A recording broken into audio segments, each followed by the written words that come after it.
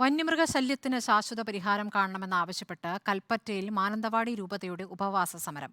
വൈകിട്ട് നടക്കുന്ന പൊതുസമ്മേളനം തലശ്ശേരി അതിരൂപത ബിഷപ്പ് ജോസഫ് പാംപ്ലാനി ഉദ്ഘാടനം ചെയ്യും. താമരശ്ശേരി രൂപത ബിഷപ്പ് മാർ റെമജിയോസ് ഇഞ്ചനാനിയൽ മുഖ്യപ്രഭാഷണം നടത്തും. മാനന്തവാടി രൂപതയുടെ നേതൃത്വത്തിൽ കൽപ്പറ്റ കളക്ടറേറ്റിന് മുൻപിൽ ഉപവാസ സമരം രാവിലെ 10 മണിയോടെയാണ് ആരംഭിച്ചത്. സ്ത്രീകളടക്കം നിരവധി പേരാണ് ഉപവാസ സമരത്തിൽ പങ്കെടുക്കാനായി എത്തിയത്.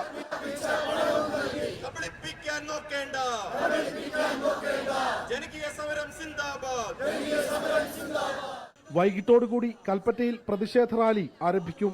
മാനന്തവാടി രൂപതയിലെ മുഴുവൻ ഇടവകകളിൽ നിന്നുള്ള വൈദികരും അൽമായരും സന്യസ്തരും റാലിയിൽ അണിനിരക്കും.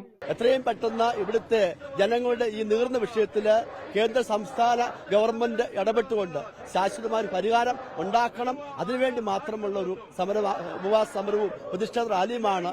കോട്ടയം രൂപത, തലശ്ശേരി, താമരശ്ശേരി, വയനാട് മേഖലകളിൽ നിന്നും രൂപതകളെ പ്രതിനിധീകരിച്ച നിരവധി പേർ റാലിയിൽ അണിനിരക്കും. പ്രതിഷേധ ജ്വാല റാലിയിൽ രൂപതയെ പ്രതിനിധീകരിച്ച 10,000-ലേറെ പേർ പങ്കെടുക്കും.